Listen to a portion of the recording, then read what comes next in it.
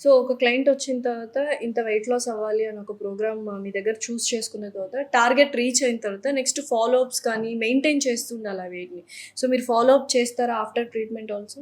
Sure అండి. Will follow up every client as our మనం ఏంటంటే నార్మల్‌గా ఎళ్ళిపోయిన తర్వాత కూడా we are focusing on main health being. Hmm. So in the registration form itself, we have some idea whether he came for the health well-being.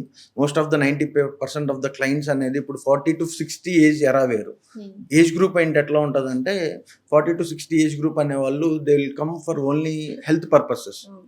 అలాంటోళ్ళకి ఏంటంటే మనకి ఎంత కావాలో వాళ్ళకి వెయిట్ రిడక్షన్ ఇచ్చేసి దాని స్టెబిలైజేషన్ డైట్ ప్లాన్ మీద చేసి monitor and track the process regularly. So, age after weeks and months కూడా మనం రెగ్యులర్‌గా ట్రాక్ చేస్తాం. ఓకే. ఏజ్‌ని బట్టి గూడా ప్రోగ్రామ్స్ డిఫర్ అవుతూ ఉంటాయి. ఎందుకంటే ఇప్పుడు Yes, చిన్న అండి. పిల్లల దగ్గర నుంచి మనకు ఒబేసిటీ అనేది చూస్తుంటాము. పిల్లలు గూడా వస్తూ ఉంటారా క్లినిక్‌కి? వస్తారండి.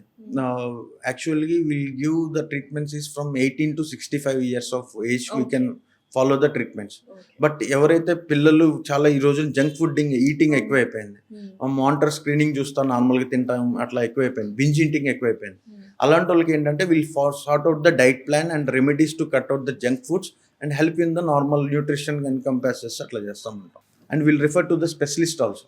Okay. If is have found any abnormality మన ఎంబీబీఎస్ డాక్టర్ గాని వీళ్ళు గాని చెక్ చేసిన తర్వాత ఏమైనా అబ్నార్మల్‌గా ఉంటే will take from the super speciality hospital guidance కూడా తీసుకుంటాం.